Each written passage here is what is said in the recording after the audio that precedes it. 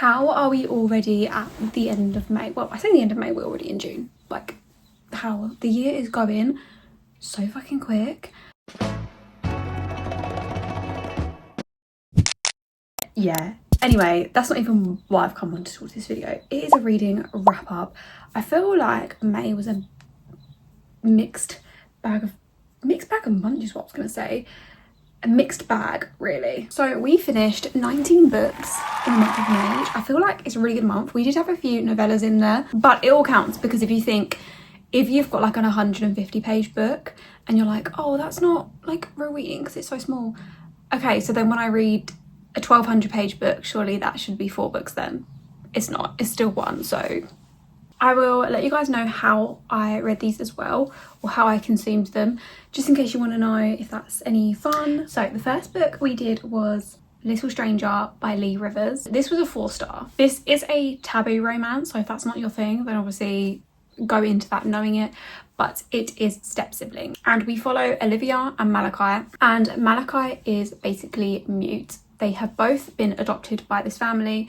Malachi has gone through a lot of past trauma, which is where like his muteness stems from, and Olivia has also gone through some past trauma as well, and now they are brought together in this family. They are step siblings. As soon as Malachi sees Olivia, he is completely enamored and obsessed with her. Like, when I say obsessed, like obsessed, like she is his in his eyes. It really follows their story. So as we go into the book, we find out obviously Malachi is obsessed with her.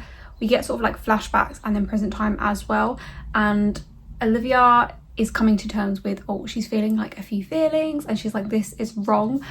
But they end up doing, well, she ends up helping him with like spicy lessons, but she's like, this isn't wrong though. But it doesn't really stop them, and the book sort of goes from there. I won't give it away because I was literally gobsmacked. I do feel like the audiobook, you need to do the audiobook for like to give this justice, because the way Joe Arden embodies Malachi, if anyone's ever listened to Joe Arden, he really gets that like psychotic voice, and in my opinion, like he does that extremely well. So he was the perfect voice for Malachi, in my opinion. And the audiobook, you can just hear the way he's like crazed almost, and it really fits in with the vibe of Malachi. And like I said, please go into this A, knowing it's a taboo, and B, knowing that it is very dark. Like, there is a lot of dark scenes, and there was also, it only got a 4-star because there was a few scenes I was actually like cringing at, and I was like, oh, I love me a dark romance, but these scenes I actually like, I was like, oh my god, no, like that is a step too far. And I have arachnophobia, guys. Like, I hate spiders. Hence, actually, this is why I'm filming in this room, because in the book room there's like a huge spider, and Jack's busy right now, so I can't get him to get it. So I'm like, I ain't staying in there with that. But if you have arachnophobia, or like a very severe phobia of spiders, just know that they are in this book and they do come into play. So just go into that knowing it. I believe it is in the trigger warnings, but just so you know. Then we did Winter Wish List by Elliot Rose. This was also a 4-star, but we have Mia, who decides to go to a ranch over Christmas. So I believe her best friend is like busy with her partner and like her family. So she decides she's gonna go to this ranch. I believe she was meant to go there like with her ex, but it turns out her ex-fiance is a cheating scumbag, and she's obviously broken up with him. And then when she gets there, who is he there with? He's there with his now new fiance. He's literally just proposed to her. And then we have Reed, who comes in. He's our sexy older cowboy. They've just met in a bookshop. Like, him and Mia have just met in a bookshop, because I think she's like sitting on the floor, and then he comes over. And then as she comes out, he obviously sees that her ex is there and that she needs help. So he goes over and pretends to be her boyfriend. Alongside that, Reed also has a sexy French ex-rugby player boyfriend, Henri, and that's all I'm gonna say. This was spicy, guys. Like, this was just what I needed, and I feel like the narrators brought the story to life. I actually at one point thought there was more than one male narrator, because even like the 2 main characters, Reed and Henri, obviously did like a French accent for Henri, and there was also a lot of other like side male characters, and he did like they all had their own voice, and I really thought that there was more than one male narrator at one point until I like looked again and I was like, oh no, it's one, like he's doing this French accent, he's doing like this accent, and so that tells you how good like a narrator is. And I know like we're literally nowhere near Christmas, but that's what the doctor ordered, and it was actually a really fun time. I didn't feel like it was one of those ones where I was like, oh, I wish I read this around Christmas time. It just worked. Then we had Game On by Nevessa Allen, which is the final and third book in the Into Darkness trilogy. This was also 4-star. Like, I feel like we had some good books, but they were just not that like 5-star potential. In this we follow Tyler and Stella, and Tyler is basically the best friend of Josh from Lights Out, and he has like an underground like illegal gambling ring almost, and Stella's brother goes to this thing and he ends up losing all of his trust fund, like $3 million or something like that, like something crazy. And she goes to him and she's like, you need to give him this money back. And he's like, no. And she's like, you need to, like, this is all his trust fund, like he never does anything bad, like please, I'll take on his debt. And he's like, okay, fine, if you pretend for me to be your boyfriend and I will take me to these like big showy parties with all these like amazing big money people so that I can get more people into the gambling ring and your debt will be paid. And she's like, okay, bet. And they hate each other, like they've got so much banter, but they really don't like each other. So he's good at pretending, but she really has to pretend to like him and obviously like for him to be her boyfriend. Now I like this, like James Cassidy voiced Tyler and he had me blushing. There was a scene where basically he's like groveling and she is commanding him because he's being a brat, and she's like, come and feast on me. And he's like, okay, bet. She's like, okay, crawl. So he does, he crawls over and he starts feasting on her, and in the audiobook he makes the noises of feasting. I don't know what I can say on YouTube. If you know, you know. If you don't, keep your innocent brain out of the gutter where all of us are. But he makes the noises and I was literally blushing. I was gobsmacked. And I did find, the only thing I did find Tyler's character grated on me a little bit. Like he was a little bit annoying at times. I think that's why I didn't enjoy it as much as Caught Up and Lights Out. And also, if anyone's ever watched Glee, Sue Sylvester, I think that's her name, but Coach Sue, that's who Stella sounded like to me. So when I was listening to the whole audio, I could only picture Coach Sue. And if you've watched Glee, like, you know, I'll put a picture up here, but you have to like understand what she sounds like and get the embodiment. But yeah, that's all I could like hear. Then we had Wild Darling by Amy Oliveira. This was another 4-star, guys. I know like these have all been 4 stars, right? I swear to God, there is some different ratings here. And this is a Why Choose Omega cowboy romance. We follow Vida, who basically right at the very beginning has her newborn taken away. So she's just given birth and her grandfather basically takes her newborn away to give it up for adoption essentially. And her grandfather has just had enough of her, so he sends her to go and work on this ranch with these 3 grumpy-ish cowboys. Bearing in mind she literally postpartum, like a few days postpartum. They don't know this though, but he sends her there for our cowboys Major, Derek and Jesse to essentially tame her, is what he says. And these 3 men are like drawn to her, so they're Omegas and they can scent her. They're like, oh my God, like she smells so good, like why does she smell this good? I will say, like, in this one I feel like the postpartum depression side of things was done extremely well, and you don't see that often in books. Like I don't think I've read any books that have spoken on this topic, so it was like refreshing to see that and to read about it, because it's, like I said, it's not something you read about often. And I also really liked the dynamic of our cowboys, the personalities they had, and of course Major is the grumpy one, and he was my favourite because the grumpy one always is. Then we had Heavy by M.L. Burns. This one was a 4.5 stars, so we're actually getting a different rating. And this is another taboo romance, so this is Step Uncle and Step Niece. I will premise to say, like, if you are about like step and stuff, they have never known each other. Like her stepdad became her stepdad when she was like 20 and she's now like 28, so she's never ever known him. She didn't even know he had a brother. Like, that's what I will say. So we follow Kalista and Ronan, and basically Ronan's just come out of prison and his brother says to him like, look, like, my wife doesn't know I've come to see you. Like, she knows that he's got a brother, but he's like, do you know what, I've got this cabin, no one really uses it, like, you can stay there until you get on your feet, and yeah, you're more than welcome to, just obviously you just can't stay with me. And he's like, okay, whatever. At the same time, Calista in her life something has happened and she can't live where she's living, and she says to her mum, like, look, this is our family cabin, let me stay there. And she's like, oh, I don't know, like, I need to talk to your stepdad. And she's like, look, I'll renovate it while I live there, like, let's not tell him, let's leave it as a surprise, and then in 6 months time, like, we can reveal to him. She's like, okay, bet.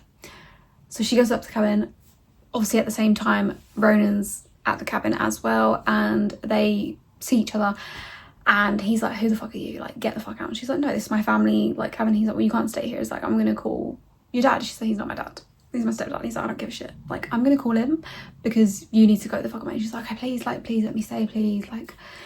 And he's like, okay, well, I'm gonna record you saying that you want to stay here, so that if anyone gets hold, they're not gonna be like, you've forced her to stay there. So she's like, okay. So she says in, like, the camera, like, oh, I'm gonna, like, stay here, like, please let me stay. Then she's like, oh, what should I call you? And he's like, oh, for this purposes, call me Ronan.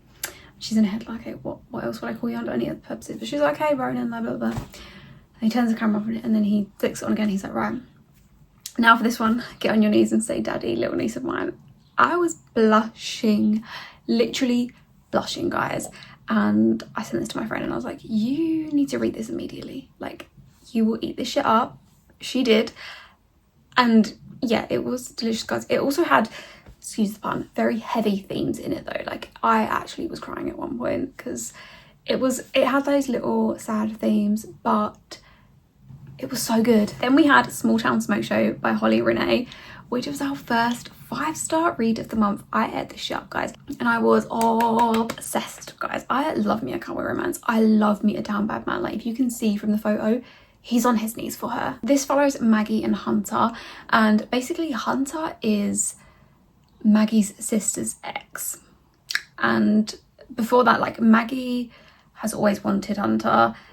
Hunter has always wanted Maggie, and basically Hunter and her sister have, like, broken up, obviously, and Maggie stayed in the town, and Hunter's, like, looking out for her, and they have, like, this forbidden thing where they both want each other, but, like, no one wants to say what it is. And this is, like, a shortish book, like, it was under 300 pages, but I really enjoyed their story being brought to life, because in Cowboy Casual, the first book, you get sort of that little bit of tension, but you almost, like, don't know why. Like, you know that Hunter is Maggie's sister's ex, but you can see that tension already unfolding. And this had so much yearning, guys. Like, I love me a man that yearns, and this did not disappoint. But I am excited for McCoy's story, and I feel like what it's going to be is Sutton, who is Maggie's friend. And I'm also calling it now, guys. Brody, who is Sutton's brother, is the new sheriff, and at the end of this book, like, I think they say that Sutton's childhood best friend is going to come,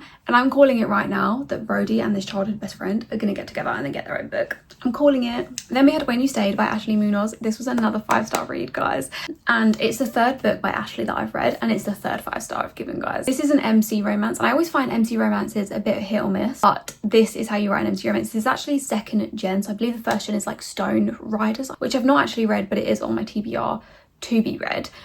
And this follows, like, their kids, and we follow Royce and Ford. And Royce used to date Ford's best friend Connor. They were, like, childhood sweethearts, and you get, like, in the prologue that they basically ended things, and Connor went off and did his own thing, and Royce decided to stay in town. And as long as she can remember, like, Ford has hated her and picked on her, and now we are fast forwarding, like, 6 years into the future. Ford is going to take over the MC club, and Royce finds herself basically in the middle of the danger, and Ford is like, I need to protect her. And like the last, but like, if you want a man that yearns, you need to read this. Like, when I say that Ford yearned, like, he yearned. We've also got, like, a hate to love, and It's Always Been You, which I love. Then we have Prickly Pear by Cleo Evans. This was on my TBR, this was in May.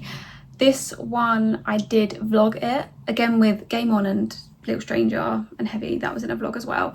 And this was only a 2.75 stars. This was a Waichu, so we follow Evie and then we also follow the MMCs. So we have Austin, Matthew and Nick, and there's very much like they're all like in the group together, like so there's swords crossing and everything like that, and they're in the town of Whatnot. Evie has always fancied Austin, so there's always that there, and then she's sort of coming in with Nick and the doctor Matthew as well. And I will say, guys, like I did not enjoy this as much as book 1 and 2. I think book 1 was like a 3.5 star, which I enjoyed. It was fun. Book 2 was a 4 star. I really did enjoy that one. And this one kind of fell flat. I was disappointed because I was really excited for Evie and Austin's story, but it just felt a bit flat. It was also like a bit insta-lovey from Austin's side. So like, obviously she's gone her whole life fancying him, and then he's like not, and then all of a sudden he's like, I fancy you. Like, I don't know, it just gave me the ick. Also, like, I liked the dynamic, like it felt very even with each other, but it felt, bearing in mind this is not a big book, it just felt like a lot of smut, and we didn't really get that much plot, whereas book 1 and 2 we got a lot more plot focus, whereas this one it just felt like the plot was forgotten. And then we had Troublemaker by Kaylee Lauren, which was a 4 star. This was a cute read. I did the second book on audio, so I was excited to listen to this one as well. And we follow Alex and Amelia, who meet in a club one night, and they're sort of like having a kiss, and they're like, wow, like this is good. And due to circumstances, like she runs off somewhere and then he has to go and leave, so they end up not staying together that night. And I think like a month or 2 pass and they're like thinking about each other, cannot get each other out of head. She turns up for this new school year. She's a teacher and she goes to a new school, and it turns out that Alex is one of her students' dad. And this was funny, guys. Like, this had some really funny moments. Obviously we've got that forbidden aspect because she's sort of like the teacher and like they can't really be together, but he also like yearns to be with her, and you know me, like I love a man that yearns. Then we had Lessons in Corruption by Deborah Garland, which was a 4.5 star. I hit this shit up, obviously, guys, because we listened to like Dara's story in the previous book, and so after that I was really excited for Cormac's story. And if you've read the previous book, like Cormac is basically struggling with the guilt of things that he's done in the past and also his previous addiction, and he's now on a fresh start to kind of get his life together and sort himself out. Basically he starts as a college professor, and the only caveat is that he has to marry to be a full-time professor. So to be offered a full-time job he has to get married, the dean says. And our FMC is the dean's daughter, and a couple months prior they had a one-night stand. So they were like strangers and they went to a hotel, had a really good one-night stand. She keeps thinking about it, he keeps thinking about it, and when he turns up to work, obviously she's there because she's the dean's daughter. And obviously Scarlett, our FMC, wants to be with him, he wants to be with her, but like they can't because obviously this forbidden aspect, she's his student. But then becomes an opportunity and he has to grab it with both hands. And I loved Cormac's redemption arc in this, guys. Like, I feel like some books redemption arcs are just not done well, but I feel like this one really was. Like, he was just so devoted and obsessed, like I couldn't cope. I only rated a 4.5 star because I feel like the ending was quite rushed. Had it not been and it played out that little bit more, it would have got a 5 star. Then we had Training the Heart by Paisley Hope, and this was a 5 star, guy. Like, the first one was a 5 star, this one is a 5 star. I just love me a cowboy romance, and a grumpy cowboy at that as well. Like Wade Ashby, the man you are. We follow this one I also vlogged, but we follow Wade and Ivy, and Ivy is the new like ranch hand, like horse trainer at the ranch, and he is obsessed with her. He's like, oh, she's beautiful, but obviously he's quite grumpy, so he has to hide that. She's very much like sunshine. And Wade Ashby is like the protective, grumpy, silent cowboy, but he is filthy in the sheets. A grumpy cowboy with a filthy mouth just gets me every time. He had me blushing. Spit in my mouth, please and thank you. Then we had Worshipped in Ash by B. Scheitel. This was only a 3 star. It was sort of like in the middle. I couldn't really place where I wanted to do this, so it was a 3 star. And this was like a dystopian read. So if you like diversion, it really gave me those vibes. And we follow the story of Riven and Rory, who have been each other's forever love. And basically when they choose their sector, which is why I say it's like sort of like divergent, they get separated. And Riven goes into like a secret cult almost to protect Rory's brother, Joey, who has decided to go into it, so he has to leave Rory behind. I enjoyed this. Like the first chapter, I was completely hooked. Like it really draws you in right from that first chapter. But then halfway through it just felt very fast paced, and I know it's like a novella, but it just felt like everything was a bit rushed and a bit confusing as well. But then we had Almost Honest by Ava Ardeen. This I also rated a 3-star. I didn't know what to rate this, guys, okay? So let me go with the premise of the book first. So we follow Prim, who has been gone like up for a year, and she returns to like her college, and everyone hates her. Like something went on and she's left and everyone hates her. Someone clearly has it out for her, and she sort of has to navigate this because she's in like med school and she has to keep her scholarships. She has to try and stay on top of her game whilst trying to deal with this person who clearly has it out for her. I don't know if I enjoyed this or not. I didn't know if it was a 1-star or like a 4-star. And to start with, I was so confused. Like I didn't know what was happening. The writing felt like I was reading like 4 different stories in one. It just didn't make sense. And there were so many characters introduced in a short amount of time. I actually didn't know who was who. And there were also like a lot of time jumps, which got very, very confusing. It's very fast paced. Like the frenemies went to lovers very, very quickly. I will say that I couldn't put the book down though, which is why it got a 3-star. Like I absolutely devoured this and I could not stop reading. I read it in like one sitting, and I do want to see how Prin and Quinn's relationship developed, although like I said, it felt very, very rushed. The other thing is like the ending was like, it almost was like it was like a middle of a paragraph. Like it ended in like the middle of a story. It didn't have like a cliffhanger. It was literally like the middle of a paragraph. It was like, one day I went to the shop, bam. Like, do you know what I mean? Then we had Promised in Blood by Sadie Kincaid, which was another of my TBR and I did vlog. This was a 4-star as well. This is a continuation of Forged in Blood. So it is like a why choose vampire type fantasy. So I can't really say too much of like the plot, but it basically carries straight on from where book 1 ended. And I will say like I enjoyed book 1 a lot more. Like Alexandros, which is our professor, was just giving me a lot of whiplash. Like one minute he was like nice and all in, and then the other one he was like cold, and yeah, it was just giving me whiplash. But the ending was like cliffhanger, like a big cliffhanger, although I was like slightly confused actually what was happening. But I feel like you need to immersive read this or like do the audio, because there's like, it's a full cast as well, so each MMC has like their own narrator, and I love that. Then we had Rory Rides Her Fake Fiance by Liz Alden, which was another 3-star. It was a cute, easy read, and we follow Rory and Morgan. Morgan is like our bartender, and Rory goes to see him like every other Sunday. So she comes to visit her grandma, and she ends up going to the bar, and he's like flirting with her. He really, really wants her, and it's very much like reverse Grumpy Sunshine. And we have a fake marriage in this, and it was a fun time. Like Morgan and Rory had really good banter, and the only thing, like, it did feel slow towards the middle, and I actually was questioning once, I'm like, are they actually gonna get together or not? But Rory's grandmother was hilarious. Like she was so outspoken and she just did not give a fuck. Like she was really a breath of fresh air in this book. Then we had Draft Pick by Indy Valentine. This is the 4th book in this like sports series, like baseball series, and this was a 5-star, and it's like a single dad, friends to lovers baseball romance, and it was a good time.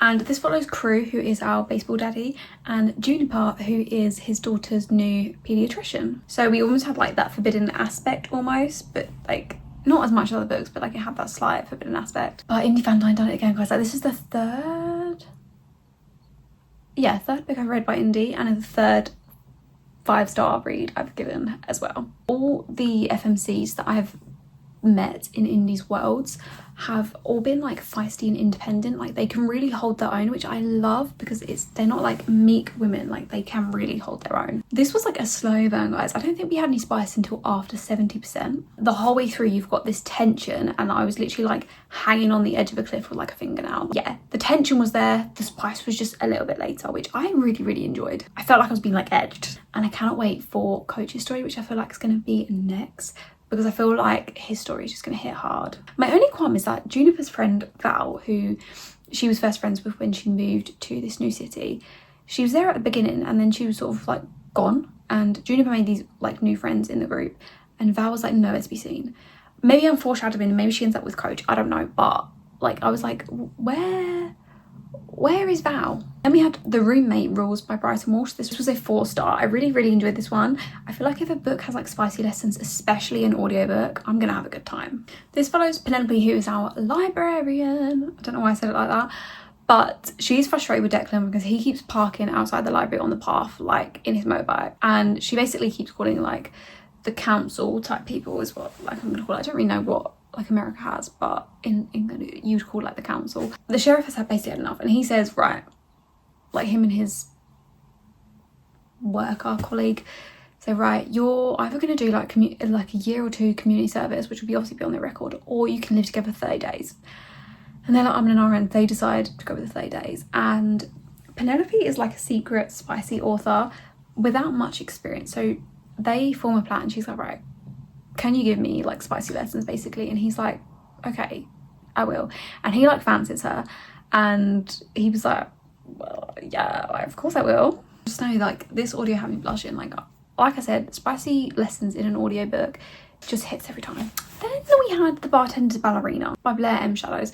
This was a 2.5 star. It was like a 20-minute audio, so it's like very short. The male narrator does voice everyone, so he voices the FMC as well, and that was a little bit icky. This was like an introduction into Tar City, like a novel that's coming later on in the year, I believe. And we meet Jax, our bartender, and Sisk, our ballerina. I was slightly confused, but I guess it's like the build up into the full-length novel. But he's like extremely protective of Sisk, which I feel like she's gonna be a brat. But he has some sort of like power that he's very hesitant to use. And yeah, that was it. Not much happened in the 20 minutes, so that's why I only got like 2.5 stars, because I was very confused as well. Then our final book of the month was Half City by Kate Golden, which was a 4.25 star. I will say, guys, this is, without giving spoilers, okay. This is like a female narrating everyone, barring 2 chapters, we have a male narrator. That's what I'm gonna say. I have a theory, but I'm not gonna spoil it. But anyway, this is a demon hunter romance. So our demon hunter finds out there's like this big academy, and she goes there and basically like studies her skills. Obviously we have that forbidden aspect because she's a demon hunter. The MMC is a demon, and he's also her professor as well. There was a lot of world building in this, so it was a very slow start. Like it wasn't until like 35% that I was actually invested in the story and enjoying it. Before that I was like really struggling. And yeah, Reed, our MMC, was dreamy. I loved him. Like he was so sweet, but also like a little bit cold.